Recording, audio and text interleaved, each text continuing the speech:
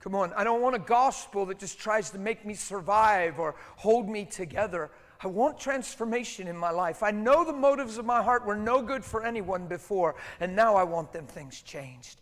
I want to live from a place of purity because the Bible says the pure in heart shall see God. People, he wouldn't talk about the pure in heart if it wasn't possible to have one. He's not teasing us. He's not saying, follow me, and then sitting there laughing if we try. Look, Father, they actually think they can do it. Come on, that's not Jesus. If he says, follow me, it's because grace is going to empower us. And just so you understand what grace is different than mercy. Mercy gives you a chance when you deserve none. Grace empowers you once you've received mercy. Grace is God's transforming power. Grace is God's empowerment. It's God's working power to work on your behalf, to make you what he's created you to be apart from your own strength and ability. It's supernatural. It's powerful. Grace is not a wishy-washy thing. Grace doesn't empower you to stay the same. Grace is what transforms you. People say, boy, I really blew up on my wife today. Thank God for grace. No, grace keeps you from blowing up on your wife. Come on, I haven't found a way to sin and get away with it. I found a way to be free. And I'm just being straight. A lot of us, I'm not talking to you personally, a lot of us, when I say us, I mean the church at large, don't believe that's possible. We think we have to constantly be marked with sin. You're called to live free from the mark of sin. How can you reckon yourself dead to sin and stay conscious of it? Come on, look at Romans 6 with me. Colossians 3 is going to have to wait because you're all looking at me funny, see? You're looking at me funny because we've been so programmed by one another our whole lives with little cliches and one-liners in the church about not being perfect and not perfect, just forgiven. What powerful message does that send the world? Come on, you're not to boast in your imperfection. We're not thinking more highly of ourselves than we are. We're thinking what he created us to be, so grace empowers us to be the thing that our faith is wrapped around. I'm telling you, there's countless ministers that are afraid to preach on righteousness because we think we're going to teach people how to say they're okay when they're not. No, when you really believe you've been made righteous, your life will change. And the fruit that you used to have in your life will look different. And the things you struggled over aren't even a struggle anymore. Grace changes you in that transformation of belief and identity. And all of a sudden, you're not trying to be a good boy or girl. You're his boy or girl. And it means a lot. I have not woken up one day in 20 years and tried to live right. Not one day. I have never even thought about it. I've woke up and I'm his. And it changes everything. I wake up and I'm loved. I go to bed and I'm at peace with him. His blood is speaking over me, and he has filled me with his spirit. And he looks at me for potential and destiny, not failure yesterday. He looks at me for maturing me and growing me and increasing me so that I can make him more known. I'm in fellowship with God, and I go to bed in him, and I wake up in him, and I have never tried to be a good boy. I'm his boy, and it will show in the moment. It will show when you're in public with me or I'm sitting beside you on an airplane. You will find out I'm his. You follow me? Or I'm just another man with a lot of trials and tests and issues and bill to pay and family struggles. Oh, I'm messing with you now. And I just have a big prayer list. See, because we've been deceived at large into thinking those are the things that we're Christians for, to have those things changed. I promise you, I've been saying it all weekend. Don't get tired of hearing it. Just let it sink in. You're not a Christian for just blessings and benefits and your list to be fulfilled. You're Christians for transformation, to take on his heart, his love, his spirit, so that you can rightly represent him within your sphere of influence, and we together can impact our society, culture, and world. Come on, that's pretty clear. That's why we're alive in him. That's why he's alive in us. If he's in me for a blessing, I've missed the whole point. Then I'm only doing as good as it seems like he's blessing. But if he's in me for me to love, every day is amazing, no matter what trial's in front of me. Listen, man, I've been in serious car wrecks. I've had people make bad moves on the road and crush me with the kids in the car. We've had to crawl out of the car, and I don't know how to be anything but this. I've got paramedics fussing me for saying I'm the driver because my disposition's so okay that they're saying there's no way I'm the driver. Look, you can't preach to yourself enough to live that way. He makes you that way in His presence. You have to believe it's possible, and you have to want it. Here's the problem. We've sold each other on our own experiences, and we live by the flesh more than we realize. In innocence, we do it. We're not evil. We didn't wake up to miss God this morning. Come on, you did not come here to these services in the snow because you're waking up to miss God. I'm not talking to a bunch of evil people that are missing it. I'm talking to people that are called by His name, that have a hunger for Him. And I've just come to try to impart something that just might increase our revelation and our expression of Him in everyday stuff.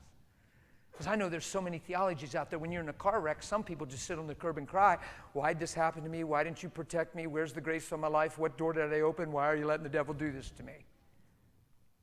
And you miss the whole fact that when the metal crashes, Jesus is right there in you, and He wants to reveal Himself through you in the moment, in every trial, in everything. Make Jesus known. When you squeeze an orange, remember, orange juice. When you squeeze a Christian, Jesus. Come on, be a weird and sad thing if apple juice came out of the orange. It ought to be weird when anything but Jesus comes out of the Christian. But we've sold each other cheap on our experiences, and we've said, yeah, but brother so-and-so, and he was such a man of God, and he this, and sister so-and-so, and she this, and all of a sudden we're selling grace cheap, and my question is, what's available, and what's it possible to become through the finished work of Christ, and what does grace make a man if he's willing to receive it? I've cried when you're not looking, and ask God not to let a drop of grace miss my life that He paid for. To not let human experience sell me cheap and short in an analytical mind. Keep the power of God from being real in my life. I know one thing. When that metal crashes, it's impossible in the moment to say, okay, what has Pastor Matt preached about this, and what am I supposed to do, and try to put it on in the moment. If you do that, you're already too late. You'll actually live shallow, and you'll appear false to men and look plastic. Okay. I'm in an accident. I need to shine. Okay, it's not about me. It's not about me. It's not about me. It's about loving people. Oh my God, my car. But I gotta be okay. I'll be okay. Hey, everybody. Come on, that would be weird.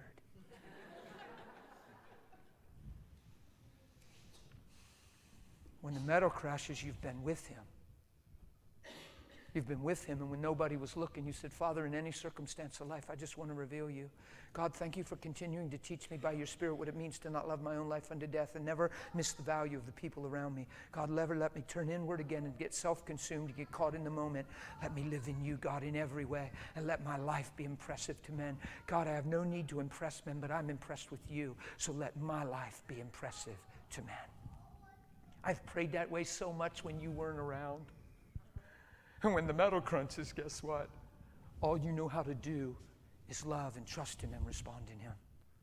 Guys, I'm driving a truck that people bought me out of charity and kindness. I've never bought a new truck in my life, never would have.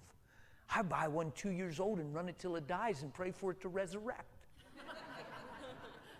The one I had when they bought me the new truck was 13 years old. The one I had before that was 11. The one that was 11 was really running on low. And some young boy without a license or insurance come flying through an intersection and took that one out. My kids were with me. They were really small. He didn't have a license or insurance. They handcuffed him and took him to jail because he really created a mess and shouldn't have been in a car, but he was, and he made a big mistake. He come running over to us because my car's so crushed I can't even get out of the thing. We can't get out of theirs. We're in a little cavity and covey of space in a single cab truck, and I'm sitting in there smiling, talking to my kids with my arms wrapped around them. I'm not going, oh my God, is everybody okay? Guys, you don't have the ability to do this unless grace empowers you. It was like heavens all over me. I can't even explain it. I just know the next day in bed, I'm laying there and the Lord was fathering me and talking to me and telling me that I was experiencing what He created me to be and what it means to subdue. Come on, He told us to subdue, not be subdued.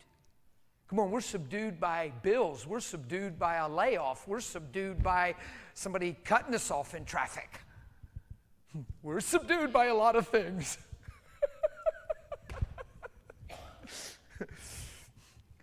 He was ministering to me, man. I laid on my bed and cried. Because, see, I got out of that car. I had to bust out of that thing and pull my kids out. And I'm in there wrapped around them. And I said, guys, everything's fine. I just told them everything. I didn't say, are you kids okay? It was amazing how it happened. It just seemed so normal to go, oh, my God, is everybody okay? Where are you guys? Because it was dark. I had my arms around the kids while the truck was still doing stuff. We were 100 feet away from impact. No brakes involved. You look at the car, there's no way we shouldn't have been hurt, if not dead. And you looked at his car, and there's no way he should have been walking. And I'm in that little space holding them. And I said, kids, we were just in an accident, but it's okay. Everything will be fine. Jesus is Lord. Guys, accidents happen, but Jesus is King. So we're going to get out, and I want you kids to be fine. You'll be fine. There's a whole story. I won't get into it. You don't need to hear the whole story, but it was pretty intense. See, I used to never wear a seatbelt because I had an attitude about it, and I thought, I don't want to wear a seatbelt. But it was a law. When it's a law, you're supposed to honor the laws of the land. If you're a Christian and you don't wear a seatbelt and get pulled over and you snap it on quick and he says, well, you're wearing your seatbelt, and you say, yeah, now you're lying. But you're singing, holy. And then we wonder where the power of God is in our lives, but we live in compromise and don't understand what we're doing. And we think, oh, it's just small. But if you compromise on something small, there'll be something more and something more and something more. Come on. You only give 40% of your life. Your 40 will become less, and what becomes less will become less in time. I had blood. I could feel it in the dark running down my face. I reached up, and this finger right here, this is not an exaggeration. It was an old Nissan truck with them hard little steering wheels, the old Nissans in the 90s. I put my finger up there, and fuzz, my finger went inside that thing on my head. It was a freaky feeling, man. It was like a Lego piece. My finger went inside the gash. That ain't cool, man. Your skull was not made for your finger to fit in it. And I said, Lord, I get it. Wasn't wearing my seatbelt. This isn't a plea bargain. I get it. I don't think I'd have hit my head that way if I'd have had it on. I'll wear it from this day forward. No matter what. But here's what I'm asking you. I'm asking you for your mercy. I don't want my kids shook by this. I don't want them seeing this and going, and I don't want me going off in an ambulance and them wondering how daddy's doing. God, I don't want my kids in fear when we can live free. Thank you for your mercy. Got out of the car, the kid that hit us running across. He's like, I said, it's all right, man, stop. He sees my face and he sees my truck, and now he sees my two little kids pulling out of the hole of the car. I said, it's all right, man, listen, I didn't know the details. Look, you made a mistake, you blew the sign, man. We've all done stuff like that on the road. This one just caught us. I said, look at your car, buddy. He looks back at it. I said, look at my truck. He's looking at it. So I want you to do one thing with me, young man. He's a Spanish boy. Lift your hands with me and my kids. We're going to give Jesus honor and praise that we're alive and standing here well. These cars can be replaced. Things can be taken care of. But he sure has kept us, buddy. Come on. Jesus, I honor you. Not just right in the middle of the street, because I am just not ashamed of the gospel. And I happen to believe he's Lord, and he loves us, and he's amazing. So this policeman comes over, shines a flashlight on my head and says, sir, you need help. Sit down. I said, I'm fine. He said, no, you're not. You need immediate attention, and you need to sit on that curb. I said, sir, it's just a little cut. He said, little cut. You need to sit. I said, it's a little cut, friend. It's all right. Everything's fine. I need to get my kids up to this house, and I'll be right back. No. And this guy there I knew lived right there. It happened that we knew him. He went to our church. It was just amazing. He said, I'll take your kids. They'll be fine. I said, okay. The cop's telling me to sit down, man. So I sit down, and I look up, and they're handcuffing the kid. I said, hey, sir, what are they doing? He said, well, he needs to go to jail. He didn't have any license, any insurance. He shouldn't have been driving, and look what he did. He's really broke the law. He's got himself in a lot of trouble. I said, oh, my goodness, sir, I need to talk to him. I got up, and they didn't even give him a chance to tell me to shut up and sit down. I just took off. And I'm running across the road. The two policemen see me coming, and they're like, oh, no, this guy's coming. Because he's the guy that hit me. I'm the driver, so that could be trouble. I'm running to him. You know, I'm going to take a pop before you get him in the car. Come on. Stupid kid, shouldn't have been driving.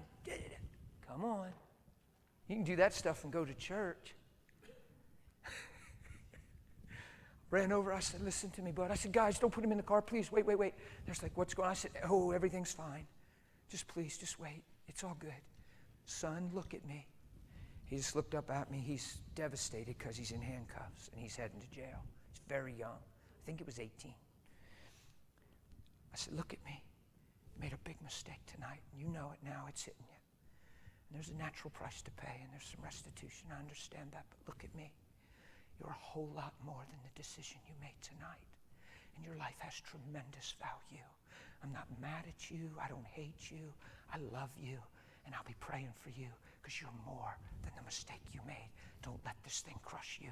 You can rise above it. Jesus is King. And I'm preaching Jesus to this kid. I grabbed him in handcuffs. Father, I thank you for this young man. And God, and I'm just passionate. And these cops are standing there like, what the... They're used to arguing, mad, people, my rights, get my attorney, I'll get you for every... I'm telling you, folks ain't used to love. It messes people up. I leaned over and I kissed him right in the center of his forehead. God bless you, buddy. You're going to be all right. You look to Jesus. I turned and went away. I sat down. I said, sir, I need to go see my children at the house and make sure they're okay. He said, you need to sit down. You hear them sirens? They're coming for you. I said, man. Now, I'm not telling you to do this, Jenna. Don't you ever do this. Holy Spirit's amazing, and sometimes you do things and you don't even know what you're doing. Because you don't touch police officers. Don't you do it. But he told me to sit down. And he turned his back and directed some traffic. And I just got up and I walked over. And I took him by the shoulder and he looked and I turned him. I said, sir, I realized you don't like my Christian confession. And you think I'm in shock because of this accident, but it's not the truth. I'm a man of God, and I have wisdom, and I understand some things. And right now, my kids could be subject to some fear, and I'll have not my kids subject to fear. I need to go see them and make sure they're okay and affirm them that Daddy's fine so their hearts are at peace, sir. And he said, well, that's a legitimate request to me. He said, just go and get back as soon as you can. And I'm like, it was like ridiculous. I mean, this guy's mean to me, actually, the whole time. Because he didn't like my Jesus talk.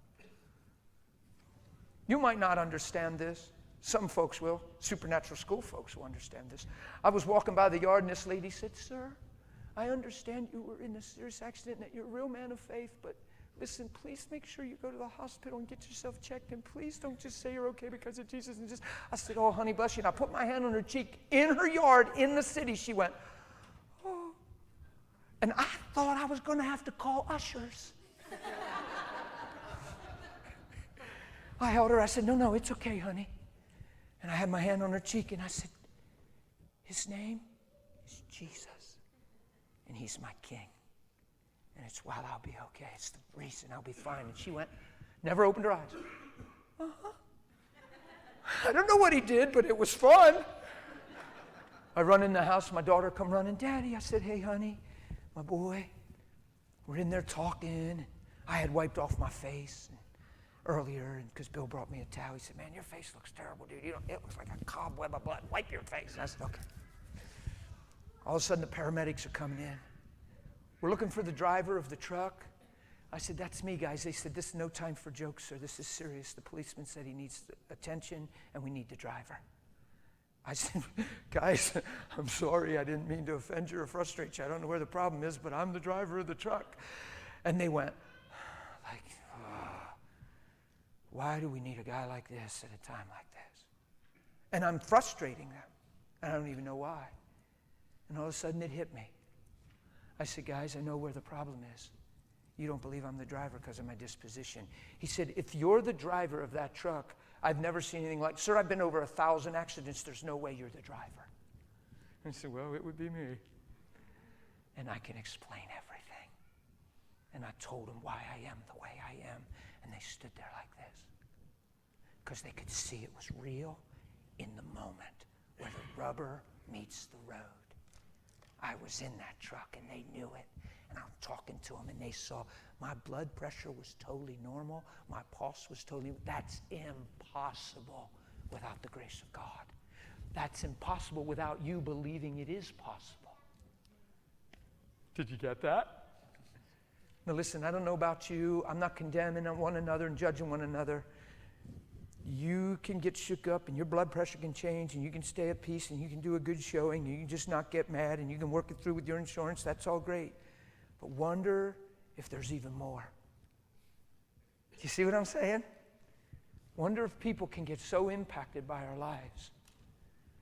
So I signed off with the paramedics and didn't go to the hospital.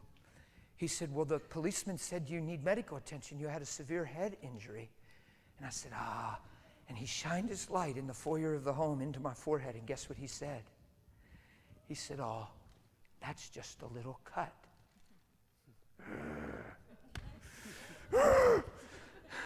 Tears flood my eyes. I'm trying to hold it together. It's hard. And there's this little tiny thing going across my head that my finger went in. You don't have to believe that. It's not my business if you believe that. Time will tell. I'm telling the truth. What was I telling the people? I'll be okay. It's just a little cut. When that paramedic looked at my head, guess what he said? It's just look at God himself. Closed that thing up while I was sitting on that curb. Never thought, Jonathan, why the blood didn't keep running down my face. I wiped it off one time with a towel, gave it back to Bill, and never had another drop of blood. Never dawned on me that it wasn't there anymore.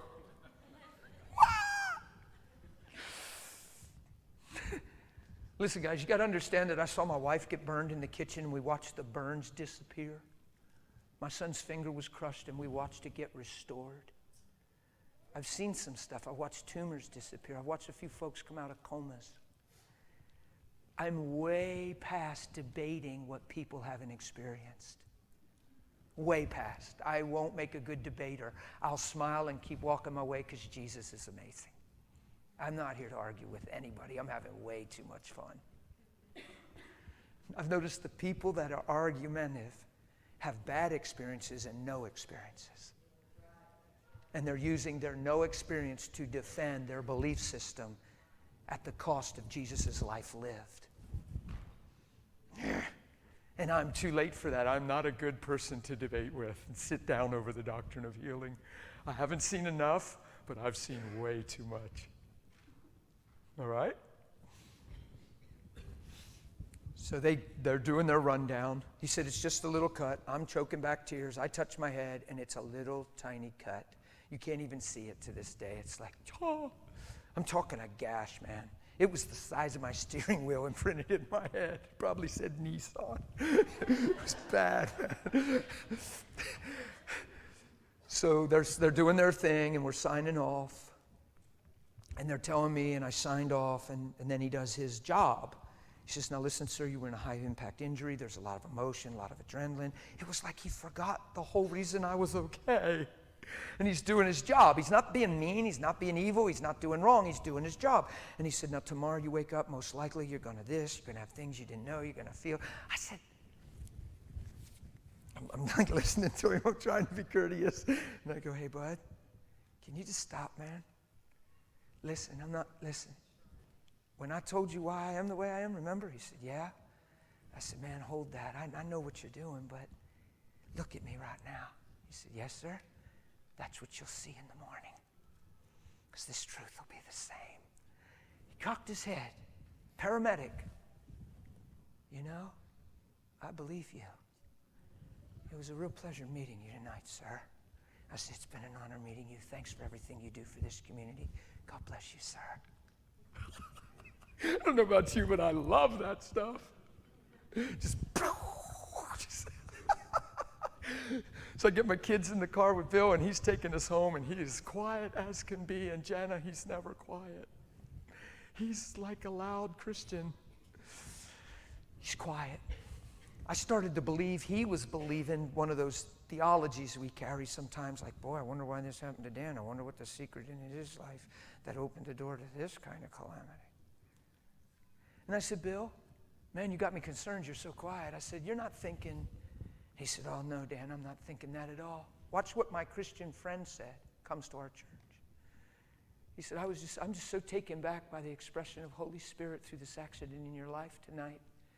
And I'm just so convicted. I just want to go sit and cry and repent, because if that kid did what he did with my kids at that age in the truck, I'd have popped him in the mouth so hard and tried to work it out later, because I would have been furious that he put my kids at risk. And he said, all you knew how to do was love. I looked at you and thought, he ain't even trying. It's who he is.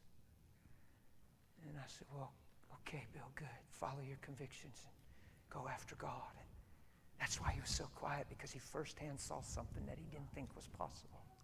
And he knew in his shoes, if he was me, and then forgive me, Lord.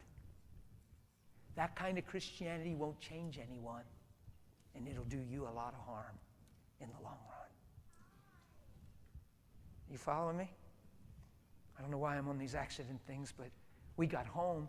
My wife gave us triple hugs. You women are amazing. She knew we had the accident. We're all okay, so our hugs were triple. You women are amazing. You know, you walk in the door just like any other day, but you're coming from an accident, and your wife's like, honey, and I'm thinking, man, what, should we get in a wreck every day? I don't know. She just, you know, and my kids come in, and she's like, oh, kids. So it's just her expression of, I'm so glad you're safe. It was just sweet, right? It's a mama. I'm heading up the stairs. My prayer always was, Lord, just fashion me and groom me in a way that people see who you are in my life. God, I just want my kids to know who you are, because they have me as their daddy and they see you in my life, God. God, let me represent you fully, and thank you for the honor. That's the way I've always prayed. I'm going up the stairs into the dining room. I'm chuckling at my wife and all her extra hugs and her emotion, and I just think it's sweet. I'm not making fun of it. And I get up to the top of the steps, and I hear my daughter say, Mommy, we were in a terrible accident. You don't understand. You can't wait. You can't believe it if you see Daddy's truck. I can't wait for you to look at it. You won't even believe it's Daddy's truck. Mommy, we were in a bad accident.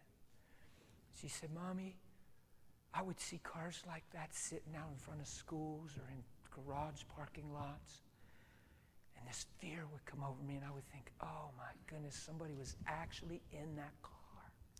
And this horrible fear would be like, oh, I can't believe somebody was in that car because it's so smashed. She said, Mommy, we were in one of those accidents. We were in a car like that tonight. She said, but Mommy, I couldn't be afraid. I just kept looking into Daddy's face, and I just knew everything was okay. And I started to cry and run desperately to my bedroom, and I laid there for about 40 minutes. Because I can't do that without him. I can't do that without communion and prayer and relationship. I can't live supernatural without one supernatural flowing through me. Now, I can get caught up in a language that says, oh, well, yeah, but I'm done with yeah buts, guys. If the metal crashes, I want to represent him just the same as if it never crashes. My brand new truck got smashed. 3 months old. People bought it for me at church. These prayer girls, you know, they got that twinkle in their eye and they pray all the time, and they're scary girls. They hear the Lord. Yeah, you're one of them. She walked up to me, and I always teased him. I always would say, okay, talk from there. You don't have to touch me. Don't touch me.